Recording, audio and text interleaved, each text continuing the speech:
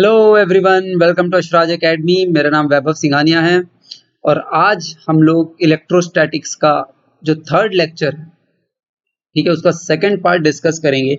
That is concept of permittivity of medium. ठीक है, permittivity की जो बात आती है उसके बारे में आज हम लोग डिस्कस करेंगे।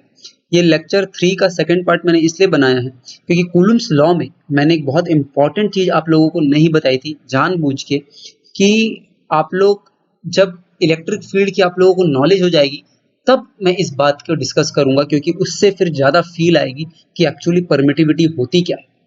ठीक है, कूलम्स लॉ में हम लोगों ने एक बहुत इंपॉर्टेंट फॉर्मूला पढ़ा था, F इज इक्वल्स टू के Q1 Q2 by R square.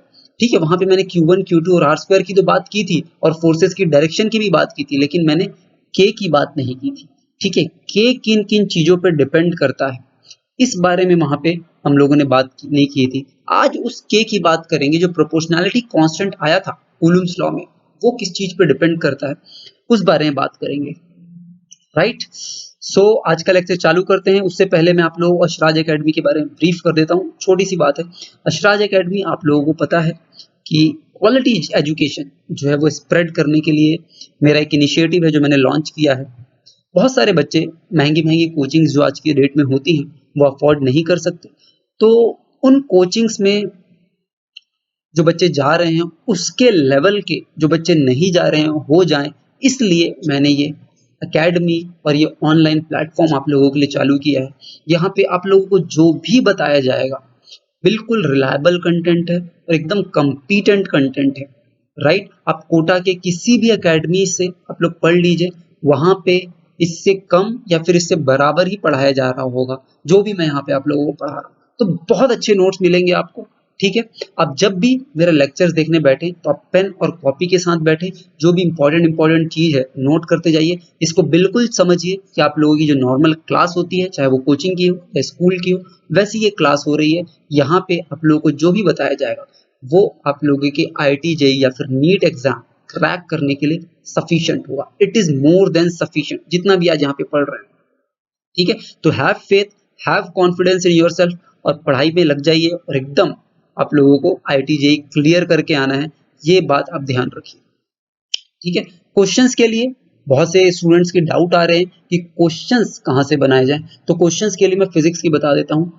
HC Verma सबसे ज्यादा स्टैंडर्ड बुक्स है। ठीक है, concept in physics, HC Verma वो सबसे स्टैंडर्ड बुक्स है। जो भी टॉपिक पढ़ रहे हैं आप HC वर्मा के क्वेश्चन लगा लीजिए। ठीक है, और भी आप लोगों को ऑब्जेक्टिव क्वेश्चंस लगाने हैं तो आप DC पांडे के ऑब्जेक्टिव क्वेश्चंस वाली बुक लगा सकते हैं। राइट, तो ये सारी चीजें कर सकते हैं। ठीक है, और भी बहुत सारी जो अकेडमीज होती है उनके डिस्टेंस लर्निंग प्रोग्राम आप लोग ज्वाइन कर सकते हैं और फिर वहां से भी उनकी जो मटेरियल्स होते हैं उससे क्वेश्चंस लगा सकते हैं।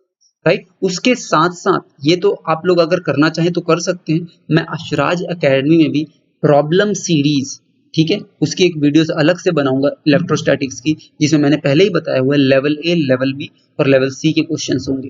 ठीक है, लेवल ए के क्वेश्चंस जो जेई मेन की तैयारी कर रहे हैं बच्चे उनके लिए होंगे, लेवल बी के जेई एडवांस्ड के लिए, और लेवल सी के लिए उससे भी एक लेवल अप क्वेश्चंस होंगे। अगर आप लोगों को सॉल्व करना है तो आप ये प्रॉब्लम सीरीज की वीडियोस जरूर देखें, आप लोगों को कंसेप्ट का एप्लीकेशन कैसे करना है वहां पे समझ में आएगा। ठीक है, अब टाइम ज्यादा ना वेस्ट करते हुए हम लोग मूव करते हैं हमारे टॉपिक पे, concept of permittivity of medium. Right, अब परमिटिविटी क्या होती है? किसी भी मीडियम की परमिटिविटी के बारे में जानने से पहले हम लोग कूलम्स लॉ पे चलते हैं, क्योंकि वहीं से परमिटिविटी डिराइव्ड हुई है। ठीक है, कूलम्स लॉ में हम लोगों ने पढ़ा था जो फोर्स का मैग्नीट्यूड है वो किन किन बातों पे डिपेंड करता है। इट इज डिफाइंड एज के Q1 Q2 by R square. ठीक है, इस तरह से डिफाइन होता है, ये हम लोगों ने पढ़ लिया है। Q1 is the charge, Q2 is the charge and R is the separation between this two charge particles along there centre. ठीक है, सेंटर से जो लाइन ज्वाइन करेंगे इन दोनों पार्टिकल्स की उसके अलोंग होगा ये। ठीक है, इस लाइन के अलोंग, करेक्ट है क्या? अब इसके बाद हम लोग पढ़ेंगे कि के क्या होता है।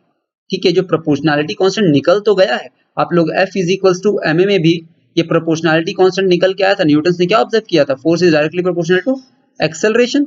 अब उसके बाद उसने प्रोपोर्शनैलिटी कांस्टेंट जो बनाया था वो m में बनाया था और फिर m को एक इनहेरिटेंट प्रॉपर्टी बोली थी मैटर की जो उसके पास होती है, जिसको उसने मास बोला था। ठीक है, अब यहाँ पे भी प्रोपोर्शनैलिटी कांस्टेंट उसने दे दिया है के, पर ये के है क्या? इस बारे में तो समझना पड़ेगा। इसकी वैल्यू भी उसने एक डिफाइन कर दी थी, के की वैल्यू वैक्यूम के लिए डिफाइन की थी उसने। के की वैल्यू ध्यान रखिएगा, उसने वैक्यूम के लिए क्या डिफाइन की थी, 8.99 into 10⁹ Newton metre square per coulomb square. ठीक है, तो ये उसने वैक्यूम के लिए डिफाइन कर दी थी के की वैल्यू। ठीक है, ये बात भी हम लोग पढ़ चुके हैं। अब के डिपेंड किस चीज पे करता है, अगर वैक्यूम से हम लोग हटा दें, एयर में ले जाएं, सॉल्ट सॉल्यूशन में ले जाएं, वाटर में डाल दें दो चार्ज पार्टिकल्स को, तो क्या सेम रहेगा फोर्स कि के वेरी करेगा? इस बारे में लोगों के मन में डाउट्स उठना चालू। ठीक है, तो के की वैल्यू किस तरह से ऑब्टेन्ड हुई, इसको हम लोग डिस्कस करते हैं। देखिए, के की वैल्यू जो फॉर्मूला था F इज इक्वल्स टू के Q1 Q2 by R square का। ठीक है, उसमें जो के की बात आई, ठीक है, बहुत सारे एक्सपेरिमेंट्स हुए, अलग अलग Q1 Q2 लिए गए, अलग अलग सेपरेशन पे उनको रखा गया और फिर वहां से के की वैल्यू निकाली गई कि के की वैल्यू आपके पास F R square by Q1 Q2 से। ठीक है, इस टाइप के एक्सपेरिमेंट आप लोग कर सकते हैं। बहुत सारे चार्ज पार्टिकल्स लीजिए Q1 Q2 और उनको अलग अलग सेपरेशन पे रखिए, तो उनसे जो भी वैल्यू निकल के आएगी, जो भी फोर्स निकल के आएगा, उसको F R square by Q1 Q2 से देखेंगे तो के की वैल्यू लोगों को एक कांस्टेंट मिलने लगी। ठीक है, तो उसी को प्रोपोर्शनैलिटी कांस्टेंट बोल दिया गया और उसकी वैल्यू कितनी निकल के आई, उसकी वैल्यू इतनी निकल के आई जो हम लोग पढ़ रखे हैं। ठीक है, फॉर वैक्यूम बात कर रहा हूं मैं। ठीक है, ये कांस्टेंट वैल्यू नहीं है। अब आगे हम लोग बताते हैं कि ये बात पता चली कि भैया ये सिर्फ वैक्यूम में इतनी आ रही है इसकी वैल्यू, तो अलग अलग जो है मीडियम को मैं चेंज करूंगा तो इसकी वैल्यू तो चेंज हो जाएगी। ठीक है, ये बात पता चली कि जो के की वैल्यू है वो सिर्फ और सिर्फ इस मीडियम में उतनी आ रही है क्योंकि फोर्स की वैल्यू अलग मीडियम में चेंज होने लगी। राइट, सेम Q1 Q2 में लेता हूं, same Q1 and same Q2 separated by same distance R। अगर इसको मैं वैक्यूम में यूज करता हूं और एक को मैं वाटर में यूज करता हूं, ठीक है, same Q1 Q2 separate by distance R, force की वैल्यू चेंज होने लग गई। अगर फोर्स की वैल्यू चेंज होने लग गई, आर स्क्वायर कांस्टेंट है, Q1 Q2 कांस्टेंट, तो हमें पता चला के वेरी हो रहा है, अलग अलग मीडियम में के की वैल्यू चेंज होते जा रहे हैं। तो वहां से पता चला कि जो के है it is a property of a medium. ठीक है, के की वैल्यू सिर्फ और सिर्फ मीडियम पे डिपेंड करती है और ये मीडियम की इनहेरिटेंट प्रॉपर्टी है, ये चेंज नहीं होगी। उस मीडियम के लिए के की वैल्यू सेम रहेगी, चाहे आप 1000 एक्सपेरिमेंट कर लीजिए उस मीडियम में। राइट, तो बस यहीं से बात पता चली कि अलग अलग मीडियम के लिए के की वैल्यू अलग अलग आएगी। ठीक है क्या? फिर इसके बाद और एक्सपेरिमेंट हुए और पता चला जो के की डिपेंडेंसी है, ठीक है, के की dependency it is actually to be 1/4 pi epsilon naught, and epsilon जो एप्सिलॉन है, ये जो एप्सिलॉन यहाँ पे इसको एप्सिलॉन बोलते हैं, this is known as epsilon. ठीक है, ये जो एप्सिलॉन है ये है मीडियम की इनहेरिटेंट प्रॉपर्टी और इसी को बोला जाता है परमिटिविटी ऑफ अ मीडियम। ठीक है, इसी एप्सिलॉन को बोला गया परमिटिविटी ऑफ द मीडियम। अभी परमिटिविटी क्या है इस बारे में समझते हैं। देखिए, परमिटिविटी कुछ नहीं होती, permittivity is the capability of polarisation of the medium in external electric field.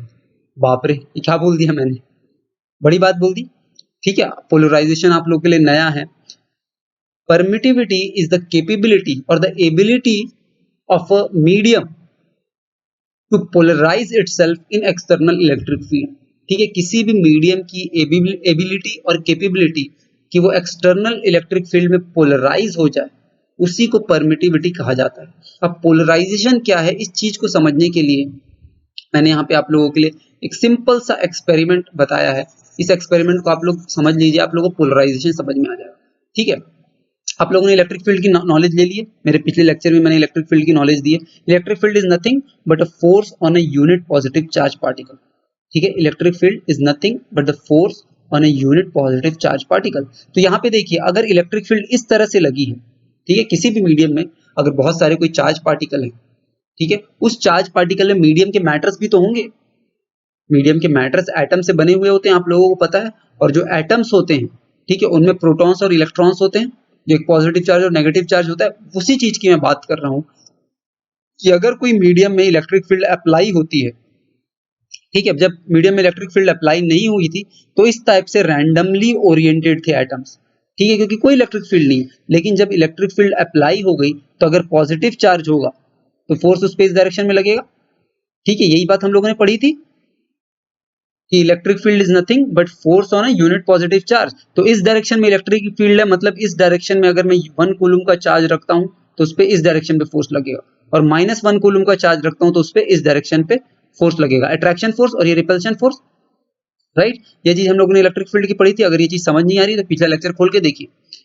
अब अगर पॉजिटिव चार्ज पे इधर फोर्स लगेगा और नेगेटिव चार्ज पे इधर फोर्स लगेगा तो यहाँ पे ये जो आयंस हैं ये अरेंज होना चालू हो जाएंगे। ध्यान रखिएगा ये मीडियम के आयंस हैं, जिस भी मीडियम पे आप टेस्ट कर रहे हैं, ठीक है, जिस भी मीडियम पे आप टेस्ट कर रहे हैं उस मीडियम के आयंस हैं, ये चार्जेस नहीं है, ठीक है, चार्जेस तो इस मीडियम में रखे हुए होंगे कहीं पे, लेकिन ये मीडियम के आयंस हैं। अब आप देखिए ये आयंस जो है वो शिफ्ट होना चालू हो जाएंगे, ठीक है, एक्सटर्नल इलेक्ट्रिक फील्ड इनको पोलराइज करेगी। Polarisation is nothing but separation of positive and negative charge, जो कि यहाँ पे हो जाएगा इस एक्सटर्नल फील्ड के कारण, ठीक है। यहाँ पे देखिए ये जो पॉजिटिव चार्ज है वो इस तरफ शिफ्ट हो जाएंगे और नेगेटिव चार्ज जो है वो इस तरफ शिफ्ट हो जाएंगे। जो पहले रैंडमली ओरिएंटेड था वो अब यहाँ पे चेंज हो जाएगा, ठीक है। तो ये इसी को बोलते हैं मीडियम जो है वो पोलराइज हो गया है। मीडियम में पॉजिटिव चार्ज एक तरफ आ गए हैं और नेगेटिव चार्ज एक तरफ आ गए, ठीक है। अब आप देखिए इस मीडियम की अंदर में खुद की एक इलेक्ट्रिक फील्ड डेवलप हो जाएगी जो कि इस डायरेक्शन में हो, ठीक है। पॉजिटिव चार्ज यहाँ पे है और नेगेटिव चार्ज यहाँ है। अवे फ्रॉम पॉजिटिव चार्ज होती है इलेक्ट्रिक फील्ड, हम लोगों ने पिछले लेक्चर में पढ़ा था, and towards negative charge all the electric field originates from positive charge and converge eight negative charge. तो इस डायरेक्शन में एक एक्सटर्नल इलेक्ट्रिक फील्ड डेवलप हो जाएगी, ठीक है, एक्सटर्नल नहीं, सॉरी, इंटरनल इलेक्ट्रिक फील्ड। इस मीडियम की इंटरनल इलेक्ट्रिक फील्ड इस डायरेक्शन में डेवलप हो जाएगी, ठीक है। एक्सटर्नल इलेक्ट्रिक फील्ड किस डायरेक्शन में थी, इस डायरेक्शन में थी, और एक इंटरनल इलेक्ट्रिक फील्ड इस डायरेक्शन में डेवलप हो गई उस मीडियम की। तो ये जो इंटरनल इलेक्ट्रिक फील्ड है ये एक्सटर्नल इलेक्ट्रिक फील्ड को रेजिस्ट करेगी, ठीक है, और उसकी वैल्यू कम कर देगी मीडियम के अंदर, राइट। तो ये होता है permittivity is the polarisation of the medium, ठीक है, इन एक्सटर्नल इलेक्ट्रिक फील्ड। तो जितना ज्यादा पोलराइजेशन होगा उतनी ज्यादा परमिटिविटी होगी उस मीडियम की, मतलब जितना ज्यादा पोलराइजेशन होगा उतनी ज्यादा इंटरनल इलेक्ट्रिक फील्ड जनरेट होगी जो एक्सटर्नल इलेक्ट्रिक फील्ड को रेजिस्ट करेगी, राइट। तो permittivity is nothing but the amount of polarisation that is going to happen in any medium.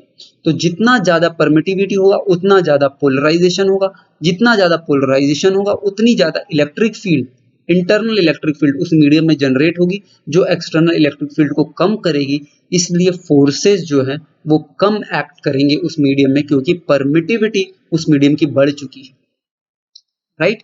तो यही चीज होती है कि हम लोगों को पता चला कि एक्चुअल में जो फॉर्मूला है, ठीक है, एक्चुअल में जो फॉर्मूला है इस के की वैल्यू को इस फॉर्मूले में अगर आप रखोगे तो ये निकल के आएगा 1/4 pi epsilon Q1 Q2 by R square, यही तो फॉर्मूला निकल के आएगा। अब पता चला कि जो फोर्स है वो मीडियम की जो इनहेरिटेंट प्रॉपर्टी है एप्सिलॉन उसके इनवर्सली प्रोपोर्शनल है, मतलब जितना ज्यादा एप्सिलॉन होगा उतना कम फोर्स होगा, जितना ज्यादा एप्सिलॉन उतना कम फोर्स। तो ये बात आप लोगों को समझ में आ रही है, because epsilon is the amount of polarisation that is going to happen in external electric field, ठीक है, और जितना ज्यादा पोलराइजेशन होगा उतनी ज्यादा इंटरनल इलेक्ट्रिक फील्ड जनरेट होगी, और वो भी internal electric field opposite direction में जनरेट होती है तो वो उसको रेजिस्ट करेगी, ठीक है। तो जो परमिटिविटी बोला जाता है ना वो एक्चुअली परमिटिविटी फोर्स की नहीं होती कि फोर्स को कितना ज्यादा परमिट करेगा। अगर आप ऐसे समझ जाएं कि फोर्स की होती है तो फोर्स तो ज्यादा होना चाहिए, अगर परमिटिविटी बढ़ गई तो फोर्स तो बढ़ना चाहिए। एक्चुअली ये पोलराइजेशन की परमिटिविटी होती है कि कितना ज्यादा पोलराइज करने के लिए वो जो मटेरियल है वो रेडी है, कितने ज्यादा पोलराइजेशन के लिए वो परमिशन देता है वो मटेरियल। तो परमिटिविटी वो होती है, राइट। तो कहीं भी बहुत सारे मैंने यूट्यूब अकेडमीज देखे हैं जहां पे परमिटिविटी को सिंपली बता देता है कि मटेरियल की प्रॉपर्टी होती है अपोज करने की इलेक्ट्रिक फील्ड, पर वो क्यों अपोज करती है ये बताना आप लोगों को जरूरी है, ठीक है। यहाँ पे आंख में पट्टी बांध के एजुकेशन नहीं दी जाती, यहाँ पे आप लोगों को हर चीज बताई जाएगी कि एक्चुअली में हो क्या रहा है उस मटेरियल के अंदर। एक्सटर्नल इलेक्ट्रिक फील्ड जनरेट हुई, ठीक है, उस एक्सटर्नल इलेक्ट्रिक फील्ड के कारण पॉजिटिव और नेगेटिव आयन डिसोसिएट हो गए, ठीक है। उस हर मैटर के अंदर, हर मीडियम में बहुत सारे आयंस होते हैं, ठीक है। टोटल मीडियम इलेक्ट्रिकली न्यूट्रल होता है, लेकिन आयंस तो होते हैं, एटम्स में प्रोटॉन्स न्यूट्रॉन्स होते हैं, तो वो पॉजिटिव और नेगेटिव चार्ज जो है डिसोसिएट हो जाते हैं, राइट। तो एक इंटरनल इलेक्ट्रिक फील्ड बनती है ऑपोजिट डायरेक्शन में उस एक्सटर्नल इलेक्ट्रिक फील्ड के, उस एक्सटर्नल इलेक्ट्रिक फील्ड के इंटरनल इलेक्ट्रिक फील्ड बनती है ऑपोजिट डायरेक्शन में, जिसको हम लोग पोलराइजेशन बोलते हैं, ठीक है। तो उसके कारण वो एक्सटर्नल इलेक्ट्रिक फील्ड को रेजिस्ट करती है और वहां पे उसकी वैल्यू कम करती है, जिसके कारण फोर्स कम हो जाता है, राइट। तो ये बात है फिनोमेना जो है परमिटिविटी का, कि permittivity is the extent of polarisation in any material in external electric field, right. तो ये बात थी परमिटिविटी की, ठीक है। तो बस इसी चीज को आधार बना के के की वैल्यू निकाली गई और फिर परमिटिविटी की वैल्यू अलग अलग मीडियम्स के लिए निकाल ली गई, ठीक है। तो जो हम लोगों ने फॉर्मूला बोला था K is equals to 8.99 into 10⁻⁹ newton metre square per coulomb square, ये फॉर्मूला जो मैंने बोला था, ये वैक्यूम में बोला था क्या, ठीक है। This K is in vacuum, तो वैक्यूम में अगर इस चीज को मैं इक्वेट करूं 1/4 पाई एप्सिलॉन नॉट से, that is 8.99 into 10⁻⁹ newton metre square per coulomb square, तो एप्सिलॉन नॉट की वैल्यू वैक्यूम में आ जाएगी। देखिए एप्सिलॉन नॉट क्या लगा दिया मैंने, एप्सिलॉन नॉट जो टर्म है वो परमिटिविटी इन वैक्यूम, स्पेशली जो नॉट लगाया जाता है वो वैक्यूम में परमिटिविटी को निकालने के लिए लगाया जाता है। तो यहां से आप एप्सिलॉन नॉट की वैल्यू निकाल लीजिए 1/4 pi into 8.99 into 10⁻⁹ newton metre square per coulomb square. तो इसकी जो वैल्यू निकल के आती है वो वैल्यू मैं आप लोगों को बता देता हूं, इट इज 8.85 इंटू 10⁻⁻12, और इस यूनिट का ऑपोजिट हो जाएगा क्या, क्योंकि के और 1/एप्सिलॉन है, इनवर्सली प्रोपोर्शनल टू एप्सिलॉन, तो यहाँ पे इस यूनिट का आप इनवर्स लिख लीजिए, ठीक है, coulomb square by newton metre square, right. तो ये वैल्यू आपके पास के की निकल के आ जाएगी। यहां से इसको सेपरेट कर देते हैं बाउंड्री को, ये ठीक है, ये एप्सिलॉन नॉट की वैल्यू आपके पास निकल के आ जाएगी, जो कि परमिटिविटी इन वैक्यूम है। ध्यान रखिएगा ये एप्सिलॉन नॉट टर्म जो मैं परमिटिविटी इन वैक्यूम के लिए यूज करता हूं, करेक्ट। परमिटिविटी इन वैक्यूम को हम लोग एप्सिलॉन नॉट बोलते हैं। तो अलग अलग मीडियम की अलग अलग परमिटिविटी आती है, ध्यान रखिएगा के की टर्म में यहाँ पे एप्सिलॉन रहता है, परमिटिविटी ऑफ एनी मीडियम, ठीक है। तो जैसे वाटर की परमिटिविटी मैं एप्सिलॉन ऑफ वाटर बोल दूं EW से, ठीक है। एयर की परमिटिविटी एप्सिलॉन ए से डिनोट कर सकता हूं, और वैक्यूम की परमिटिविटी आपके पास एप्सिलॉन नॉट से डिनोट होती है, ठीक है। एप्सिलॉन ए, एप्सिलॉन W, एप्सिलॉन वैक्यूम, तो ये वैक्यूम की हो गई, ये एयर की हो गई, और ये वाटर की हो गई, ठीक है। तो इस तरह से अलग अलग परमिटिविटी की वैल्यू निकाल दी गई हर मीडियम के लिए, और फिर देखा गया जो फोर्स है वो इन परमिटिविटी पे डिपेंड करता है, ठीक है। तो ये तो बात हो गई परमिटिविटी की। अब यहाँ पे आप लोगों को एक नई टर्म कभी कभी सुनने मिलती होगी, and that is relative permittivity. तो ये क्या चीज है, रिलेटिव परमिटिविटी क्या चीज है, इस चीज को हम लोग पढ़ते हैं। देखिए रिलेटिव परमिटिविटी कुछ नहीं होती, हम लोग किसी की भी परमिटिविटी को जब वैक्यूम की परमिटिविटी से कंपेयर करते हैं तो उसको रिलेटिव परमिटिविटी बोला जाता है। देखिए रिलेटिव परमिटिविटी को मैं एप्सिलॉन R से डिनोट करता हूं, epsilon relative is equals to epsilon of any medium divide, मतलब permittivity of any medium divide by permittivity of vacuum, epsilon. तो इस तरह से डिफाइन किया जाता है। फ्लूइड मैकेनिक्स में आप लोग पढ़ते होंगे, ठीक है। रिलेटिव डेंसिटी, रिलेटिव डेंसिटी मतलब किसी की भी डेंसिटी को हम लोग जब वाटर से रिलेट कर देते हैं, ठीक है, density of any material divide by density of water, क्या डेंसिटी ऑफ वाटर।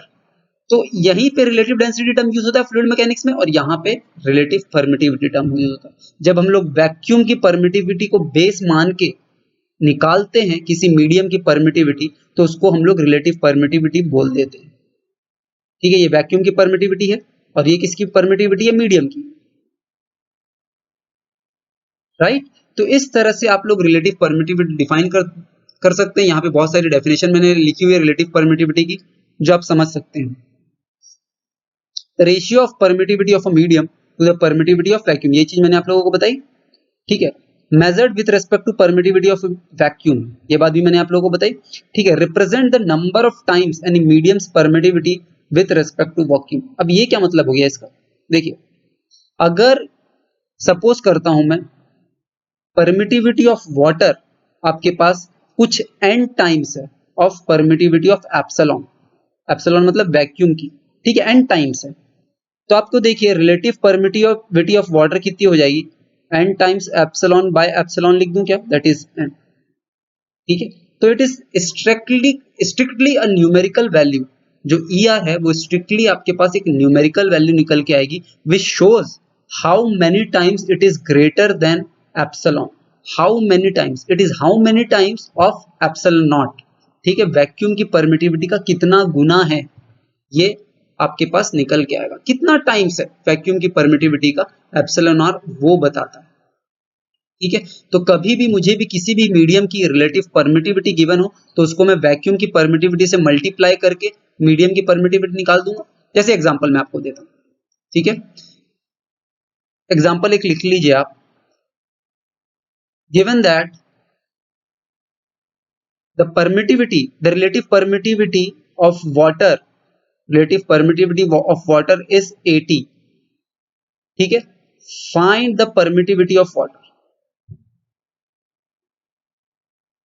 ठीक है। परमिटिविटी वाटर को मैं EW से डिनोट कर रहा हूं।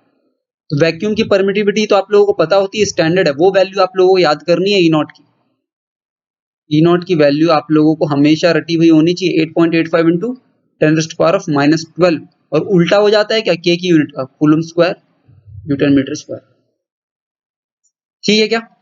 तो इस तरह से आपको EW की वैल्यू निकालनी है, और आप लोगों को पता है EW is equal to nothing but relative permittivity of water multiplied by vacuum permittivity.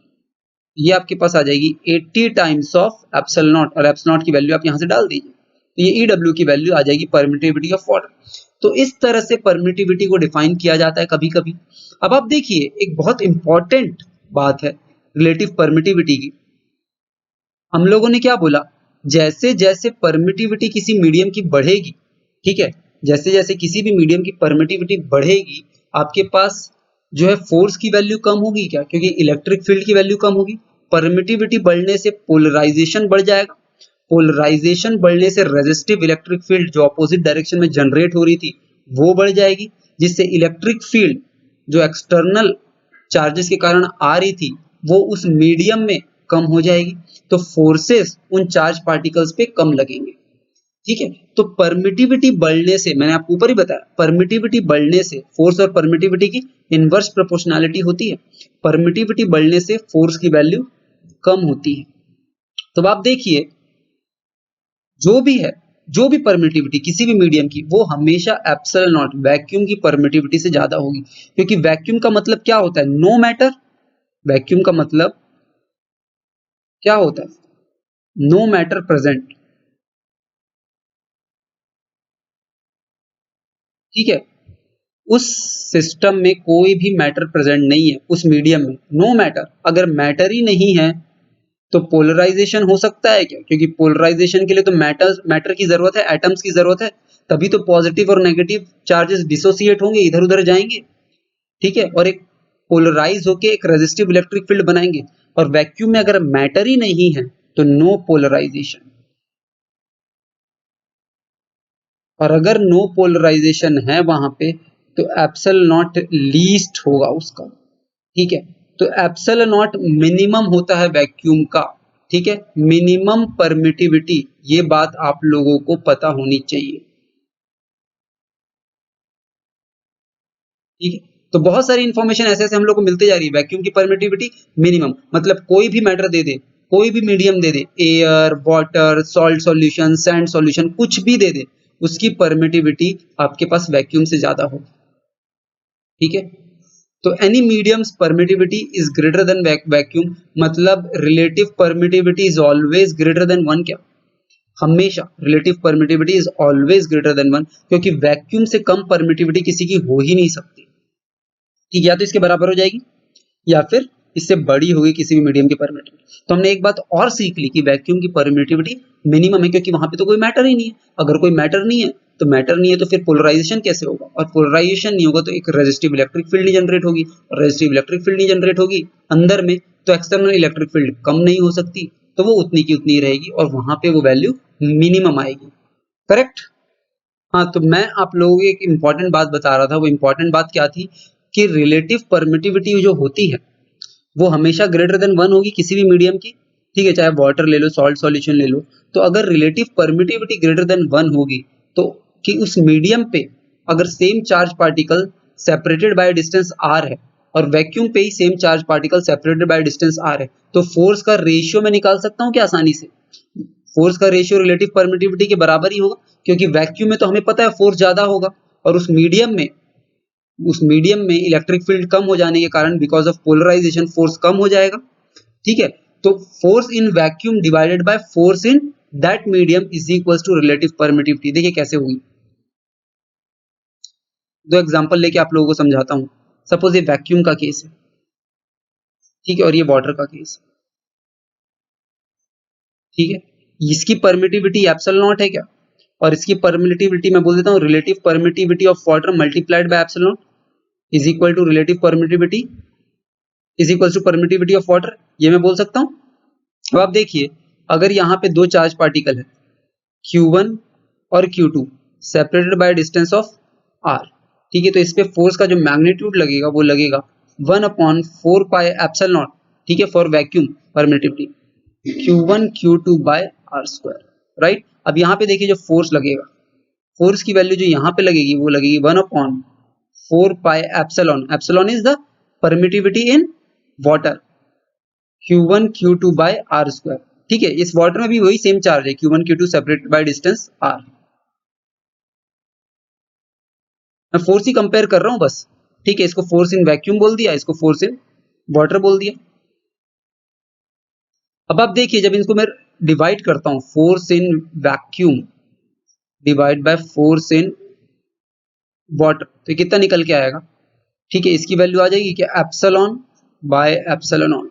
Divide करके देख लीजिएगा आप लोग आराम से, यही वैल्यू आएगी, ठीक है। और एप्सिलॉन बाय एप्सिलॉन नॉट क्या होता है, इस एप्सिलॉन को मैं यहाँ पे लिख देता हूँ, एप्सिलॉन ऑफ वाटर ही तो है ये, अरे एप्सिलॉन ऑफ वाटर ही तो है, परमिटिविटी ऑफ वाटर, और इसकी वैल्यू कितनी हो जाएगी, epsilon r epsilon naught by epsilon naught which is equals to epsilon not, ठीक है।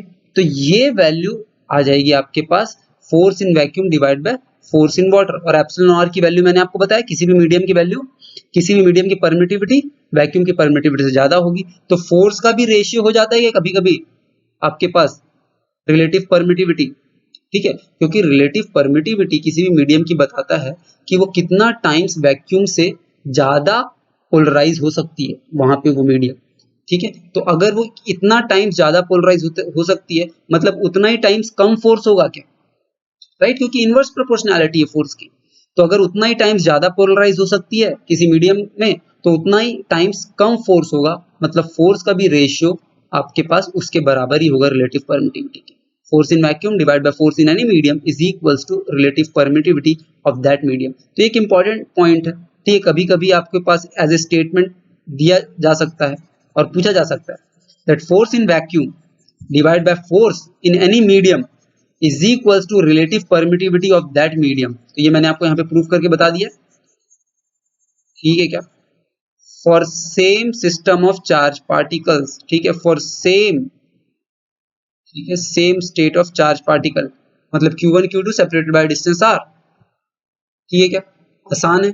देखिए फोर्सेस की मैंने बात की, ठीक है, इलेक्ट्रिक फील्ड का भी वही नेचर होगा, क्योंकि आप लोगों को पता है इलेक्ट्रिक फील्ड अगर मैं किसी चार्ज पार्टिकल के कारण प्लस Q के कारण किसी डिस्टेंस R पे इलेक्ट्रिक फील्ड की बात करूं, तो force on a unit positive charge होता है कि इलेक्ट्रिक फील्ड, तो फोर्स ही तो होता है, तो उसकी value K Q by R square पढ़ी थी क्या हम लोगों ने, इलेक्ट्रिक फील्ड की वैल्यू। अब ये K क्या होता है, 1/4 पाई एप्सिलॉन होता है क्या, Q बाय R स्क्वायर। अब ये epsilon permittivity of that medium होती है, ठीक है, उस मीडियम की कितनी परमिटिविटी है एप्सिलॉन वही होती है, ठीक है। तो अब आप ये देखिए, यही इलेक्ट्रिक फील्ड अगर मैं वैक्यूम में बात करूं फॉर सेम चार्ज, तो यहाँ पे ये एप्सिलॉन नॉट हो जाएगा। और इसी इलेक्ट्रिक फील्ड की बात अगर मैं वाटर में करूँ, इस क्यू चार्ज पार्टिकल के कारण किसी आर डिस्टेंस पे इलेक्ट्रिक फील्ड की बात करूं तो वो कुछ ऐसी होगी। और यहाँ पे भी इलेक्ट्रिक फील्ड क्या हो जाएगी, in water it is K, मतलब 1/4 pi epsilon of water, 1/4 pi epsilon of water Q by R square, ये हो जाएगी क्या। अब आप देखिए इनका रेशियो आप करके देख लीजिए, इनका रेशियो आप करके देख लीजिए, इलेक्ट्रिक फील्ड इन वैक्यूम और इलेक्ट्रिक फील्ड इन वाटर का, तो फिर से ये वही आएगा, electric field in vacuum by electric field in water, epsilon W bye epsilon not, मतलब रिलेटिव परमिटिविटी ऑफ वाटर। ठीक है, तो वैक्यूम में कितने टाइम्स ज्यादा होगी, रिलेटिव परमिटिविटी ऑफ वाटर के बराबर, राइट। क्योंकि वाटर में इसकी इलेक्ट्रिक फील्ड कम हो जाएगी, क्योंकि electric field is nothing but force on a unit positive charge particle, right. तो उसकी जो फोर्स है वाटर में उतना ही टाइम्स कम होगा जितनी उसकी रिलेटिव परमिटिविटी होगी। ठीक है, तो इलेक्ट्रिक फील्ड के लिए भी आप सेम चीज बोल सकते हैं, एक चार्ज पार्टिकल के लिए नहीं, अगर बहुत सारे सिस्टम ऑफ चार्ज पार्टिकल्स हैं तो भी आप उसके लिए ये बोल सकते हैं। सपोज यहाँ पे 1 2 3 चार्ज पार्टिकल है, ठीक है, और किसी पॉइंट पे हम लोगों ने इलेक्ट्रिक फील्ड पूछ दिया, तो इसके कारण यहां से देखिए r1 डिस्टेंस मान लीजिए फर्स्ट पार्टिकल के कारण, सेकंड पार्टिकल के कारण r2 डिस्टेंस मान लीजिए, और थर्ड पार्टिकल के कारण r3 डिस्टेंस मान लीजिए। ठीक है, ये थर्ड पार्टिकल है, करेक्ट। तो यहाँ पे जो इलेक्ट्रिक फील्ड होगी वो वेक्टर एडिशन होगा का, electric field net E1 vector plus E2 vector plus E3 vector, ठीक है क्या।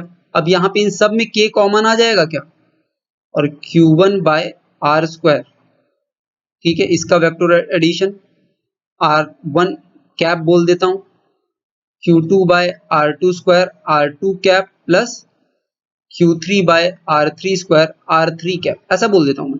k बाहर आ गया क्या, और ये क्या है वैक्यूम का 1/4 pi epsilon not, 1/4 pi epsilon not है ये। ठीक है, इसी चीज को अगर मैं वाटर हटा के आपका सॉरी वैक्यूम हटा के अगर वाटर कर देता तो यहाँ पे 1/4 पाई एप्सिलॉन ऑफ वाटर आ जाता है क्या। ठीक है, इसको एज अ होमवर्क आप सोचिएगा।